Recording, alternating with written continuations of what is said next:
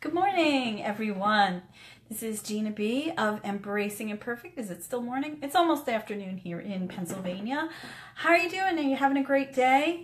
Hi, it's really good to see you all. So today I was inspired to create a video to tell you a little bit about my personal story. So mostly what I share on my blog and on Facebook in this group Embracing Imperfect, mostly what I'm sharing is about my kiddos, right? Because my kids have disabilities, and we learned a long time ago that what we eat and what we supplement them with helps them.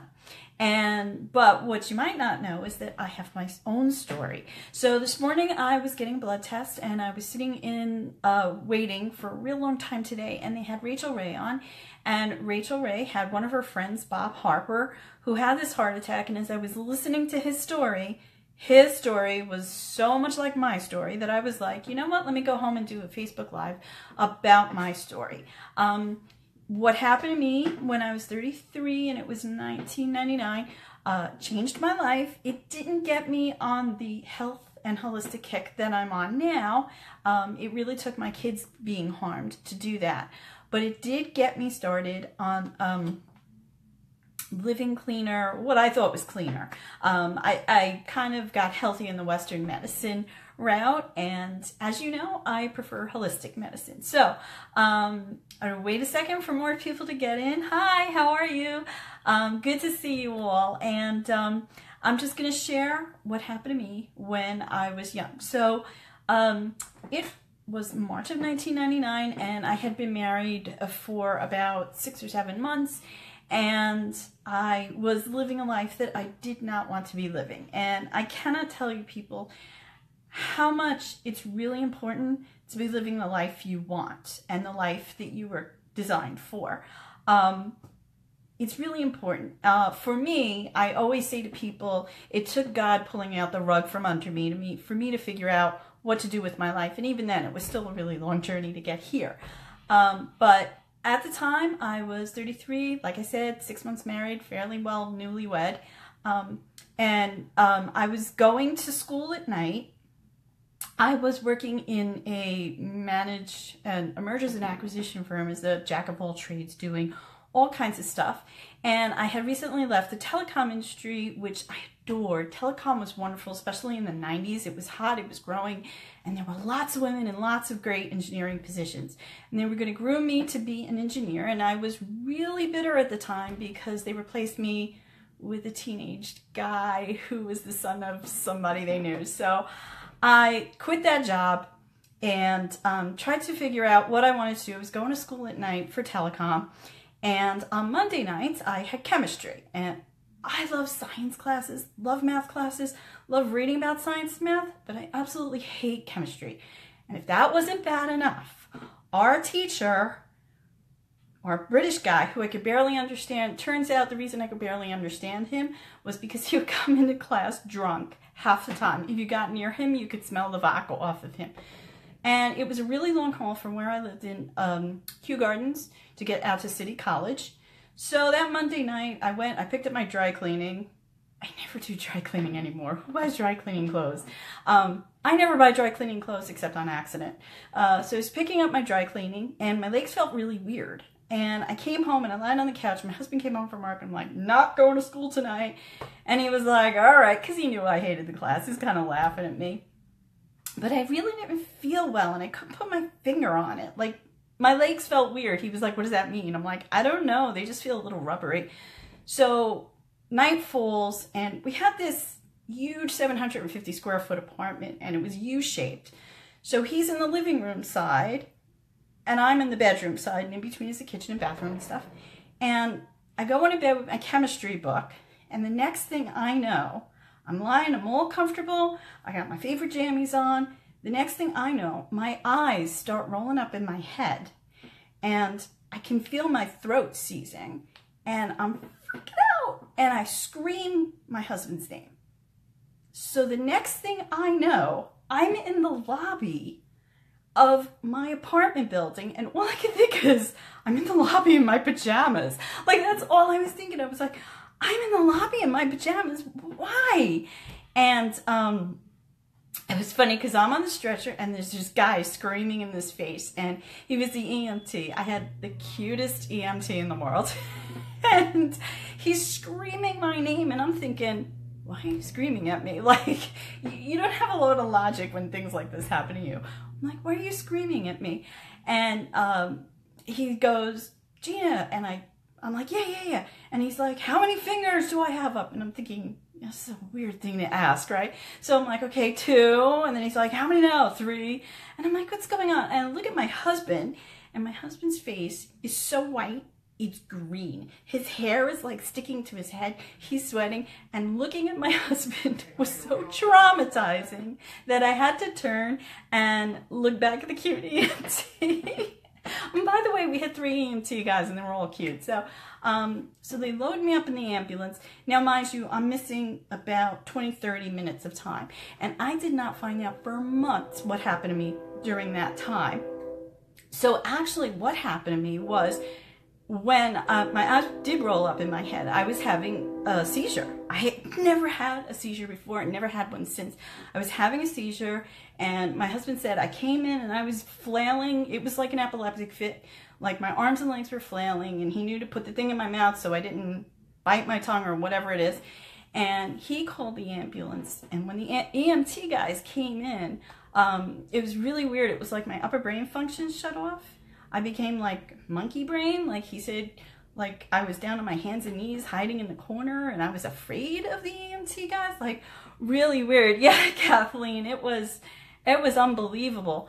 And so, like, that's what happened to me, and they had to coax me, and they had to get me downstairs. And then, so from my perspective, I was just black. I was gone, blacked out for that whole period of time. And my eyes rolled up in my head, and I woke up in the lobby. And so, long story short, I went to the hospital, and for some reason completely was misdiagnosed. They were like, well, maybe you have meningitis. Let's take a lumbar puncture, aka spinal tap. So they took a spinal tap, and my spine, I have a very sensitive lower back. It took me like months to recover from that pain. So out of the blue, my parents come. They like never came to New York. So they came to New York to take care of me for that week. And it was sort of surreal, because I haven't had childhood food in like 10 or 12 years, and Mom's making my favorites. So it was kind of pleasant. But a whole week goes by, because that happened on a weekend. A whole week goes by, and Saturday night I went to bed with a major headache. And this is what happened. The hospital sent me home and said to me, go get an MRI in 2 weeks. We don't see anything on a CAT scan. So I went home. I'm in bed a week later, and I go to bed with a headache. And like, my husband's like, well, we got some Excedrin. Take some Excedrin. Take some Excedrin. If you have a really bad headache like that, and you've just had an epileptic fit, don't ever take Excedrin or Tylenol or any kind of pill. So anyway, I went to bed. I woke up the next day. My headache was worse, which was something I had never experienced before. Consistently, if I have a headache the next day, I usually feel better. But I felt way worse. And I got out of bed, and I couldn't lift up my head. I was in so much pain. And I was hungry, and I felt sick. It was a nightmare. So my husband brought me, it was a Sunday, and I remember that because all the doctor's offices except one were closed. So I went there, and I got in the office, and I sit on the table, and he starts talking to me. He's wearing my favorite Gap jeans. Whole incident, I lost my 2 favorite pieces of clothing, my Gap pajamas and my Gap jeans, and I was never able to replace either one again. And I just throw up, and empty stomach throw up. I know it's gross, right? But then calm me down. I pick up my head again, all over throwing up again. I had so much pain that I could not lift my head up without throwing up. So they were like, all right, you need to go to the hospital right away. We don't know why the other hospital released you. You need to be admitted now. So my dad at the time was there. My dad drives me to the hospital, but my dad gets it wrong.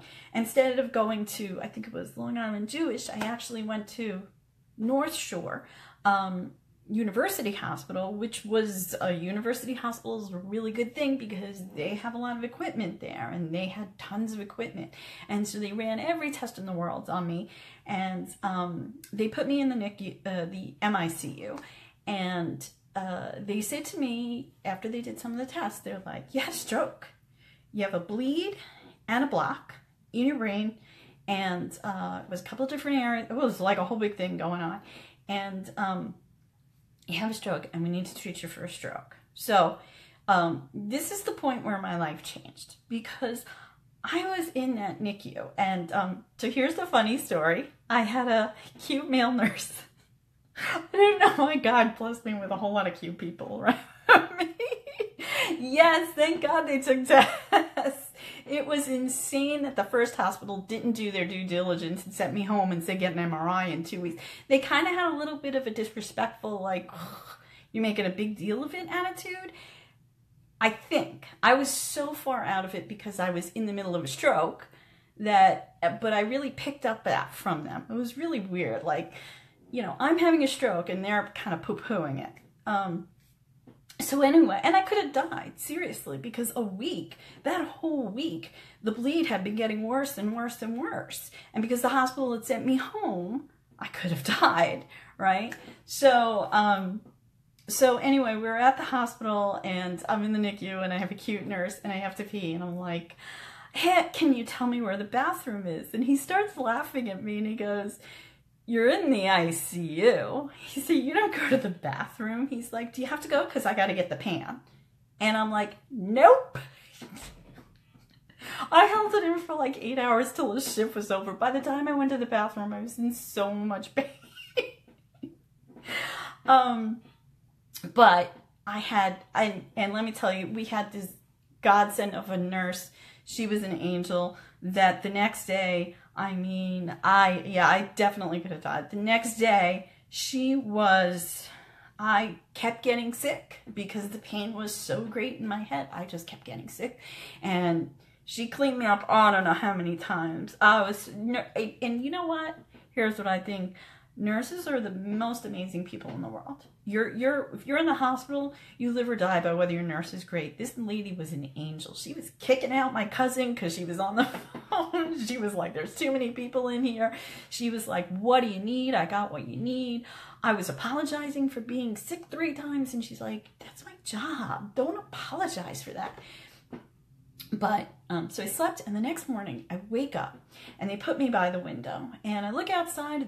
It was a nasty cold winter, and there's like a dead tree outside my window, and I look this way, so the window's this way, and I look this way, and there is an entire room full of unconscious people.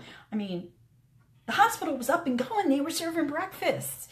It wasn't like they were asleep because they felt like sleeping in. They were asleep because they were unconscious. And that was like, holy moly, what a wake-up call to be the only conscious person in an entire ICU ward. And the ward was full, believe me. Like the veil dropped about how precious life is and how little time we have here. And so long story short, I fully 100%, probably comas, maybe medically induced comas. I don't know. Nobody woke up the whole time I was there. And I was there for like 2 days. And then they put me in another, they transitioned me out of ICU into the regular house. I think I was there 2 weeks, and I was a terrible patient. I was like, I want my clothes. I want to take a shower alone. I was the worst patient ever.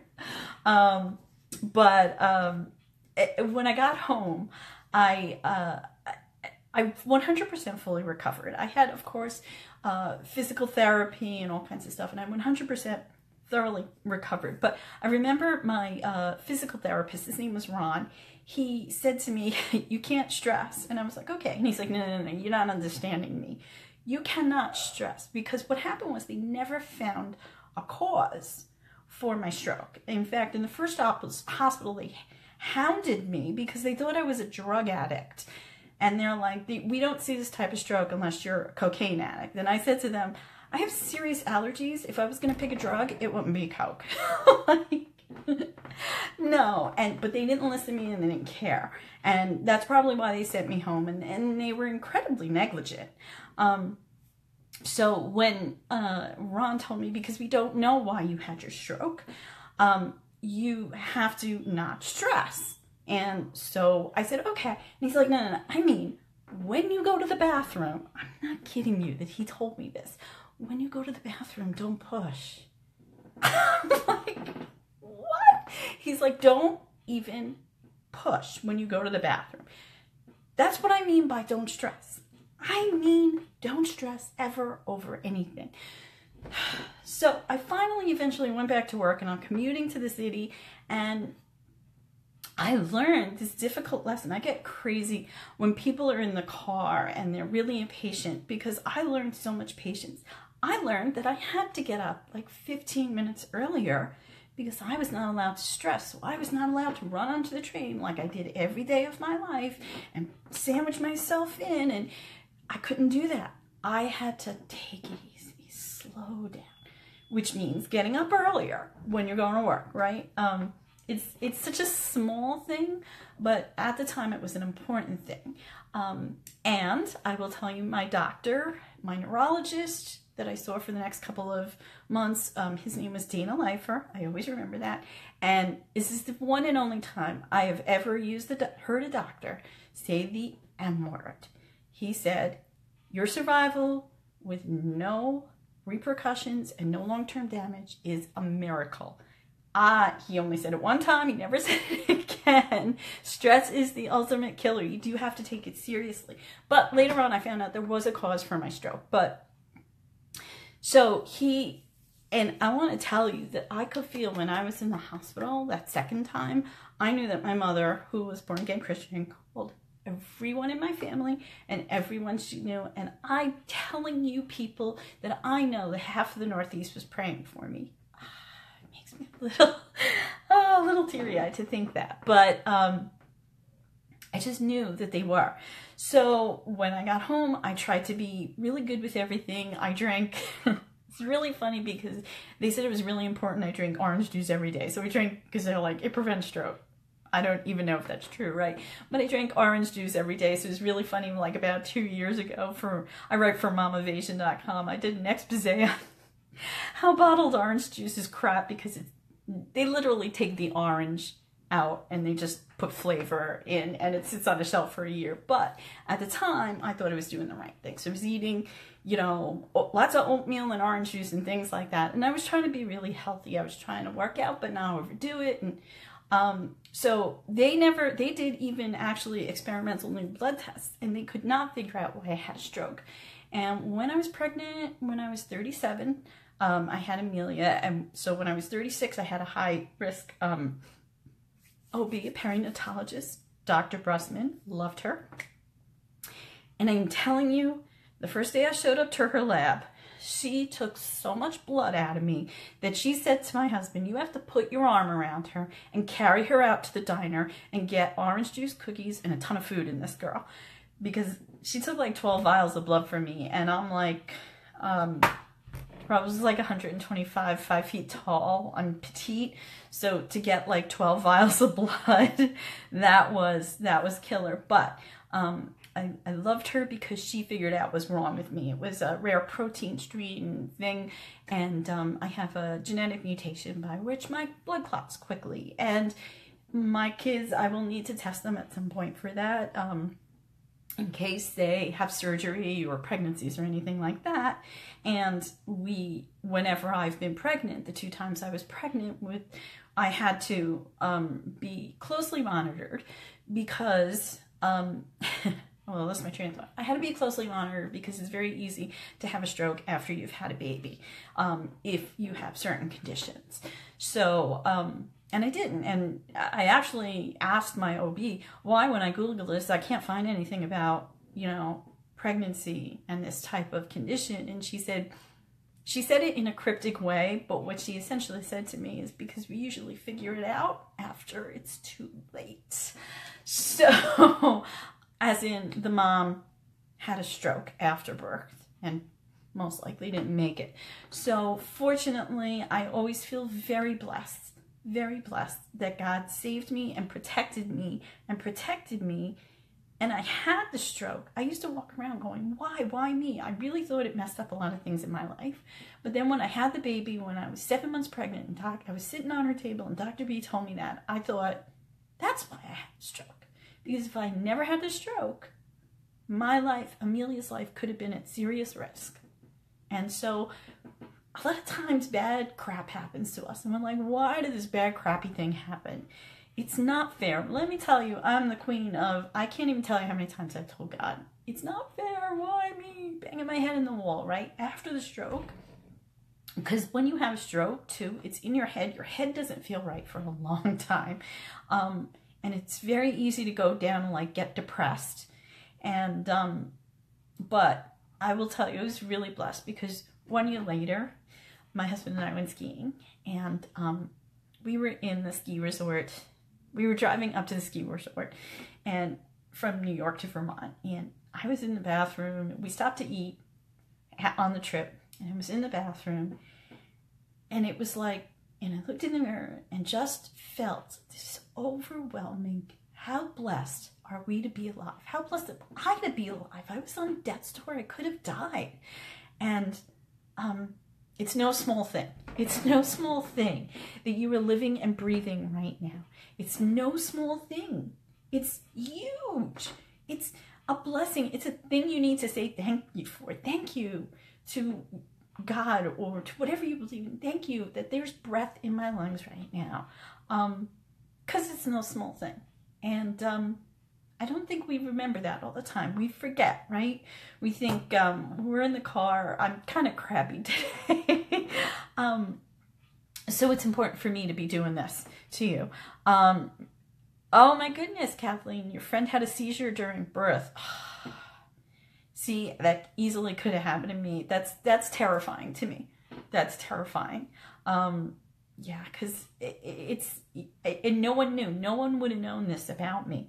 And, you know, other things happened because I didn't know it at the time, but I had Graves' disease. And if you have Graves' disease, it's a thyroid condition, and environmental stress factors bring out the Graves' disease. So after my stroke, about within a year or 8 months or something of my stroke, I became, let me get it right. I became hyperthyroid, which means your heart rate, your whole system's sped up, and it's dangerous because your heart rate goes up. And I already have a high heart rate naturally.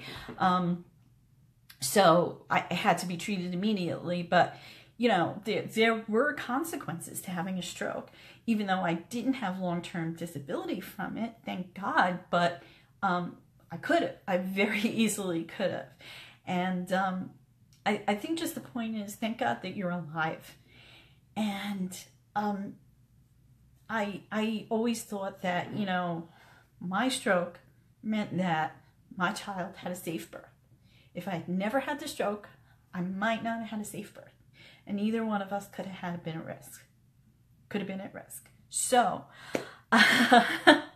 thank you for the hearts, dear. And so that's it. So I just want to tell you today, like, when things are going crappy, and they're going crappy all the time for all of us in different ways. Sometimes it's us, sometimes it's the kids, sometimes it's work. There's a lot of crazy stuff going on in the country. There's scary things going on in the world. But you have life in you right now. Don't take that for granted. Give thanks for it and do something great with it. Even if it's just really putting your heart and your soul into your family. If it's using your gift, if it's helping other people, whatever it is, do it, because you know what? You might not be here tomorrow, and that's okay too. So that's it. I just wanted to share my story with you just after I heard this guy, this Bob Harper guy on Rachel Ray, and I was like, oh my gosh, that's me. That's like so close to what happened to me. That I had to share. And anyway, that's my story today. So this is Gina from Embracing Imperfect. Go check me out at embracingimperfect.com and let me know what you think, and share your story too if you had some kind of crazy health crisis that turned the light bulb on about how precious life is, I'd love to hear it. So you can reach me at my blog or email me at gina@embracingimperfect.com. And I wish you a lovely day, and I will see you soon. Bye.